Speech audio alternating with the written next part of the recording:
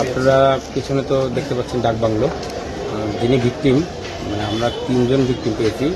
ইতি রানী, ওনার বড় মেয়ে যার বয়স 11 থেকে 12, আর ছোট মেয়ে ওনার বয়স হচ্ছে আপনার 3 থেকে 4।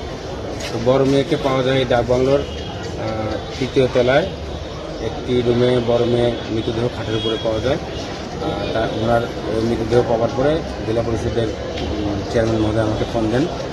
আমি সঙ্গে সঙ্গে পুলিশ পাঠাই। আমাদের কাম সাহেব আসেন, আমিও আসি, ডিবির টিম আসেন, ডিবির সিডি বিশাল আসেন। আমরা সবাই এসে বড় মেয়ের মৃতদেহ পাই যে রুমটি খোলা, এই রুমের খাটের উপরে, এবং ওই রুমের পাশে একটি পানির বোতল পাই, প্লাস হচ্ছে একটা টেবিলের উপরে ঘুমের ওষুধ পাওয়া যায়। 5টি ওষুধ ব্যবহার করা, 5টি ওষুধ এখনও আছে ইনটেক।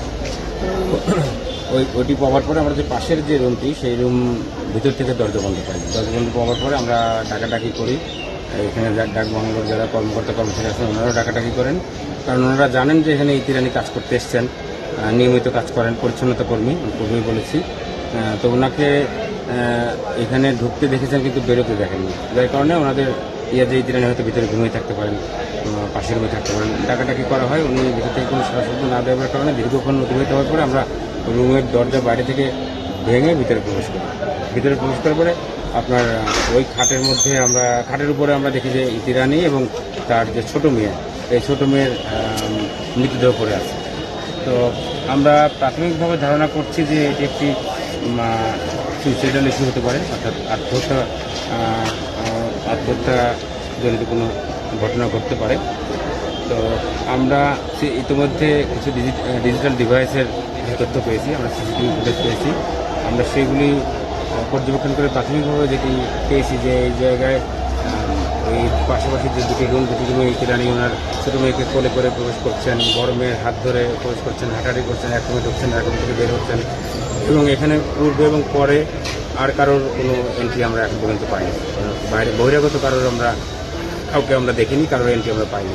তো তারপরেও আমরা যেহেতু বড় একটি ঘটনা, মানে মর্মান্তিক একটি ঘটনা, একই পরিবারের মা এবং তার 2টি শিশু সন্তান একই সঙ্গে মারা গিয়েছেন, আমরা সর্বোচ্চ আন্তরিকতা নিয়ে, পেশাদারিত্ব নিয়ে আমরা সব অ্যাঙ্গেল কাভার করে আমরা দেখছি যে বহিরাগত কেউ আসছে কিনা, কোনো ইনসিডেন্টের মধ্যে আসছে কিনা, পেছনে কোনো কী কারণ থাকতে পারে, আত্মহত্যাও যদি হয়ে থাকে সেটাও কী কারণে হতে পারে, আবার অন্য কোনো ঘটনার পেছনে আছে কিনা। একদিকে ডিজিটাল ডিভাইস, তারপরে অন্য যে সমস্ত তথ্যপত্র আছে, এখানে যারা কর্মকর্তা কর্মচারী আছেন তাদের সঙ্গে আমরা কথা বলেছি, জিজ্ঞাসাবাদ করেছি। তো সব কিছু মিলিয়ে আমরা দেখব যে এটা যদি কোনো হত্যাকাণ্ড হয়ে থাকে তাহলেও আমরা সেটি উদ্ঘাটন করবার জন্য আমাদের সমস্ত এফোর্ট দেব, আমরা সেটি চেষ্টা করব।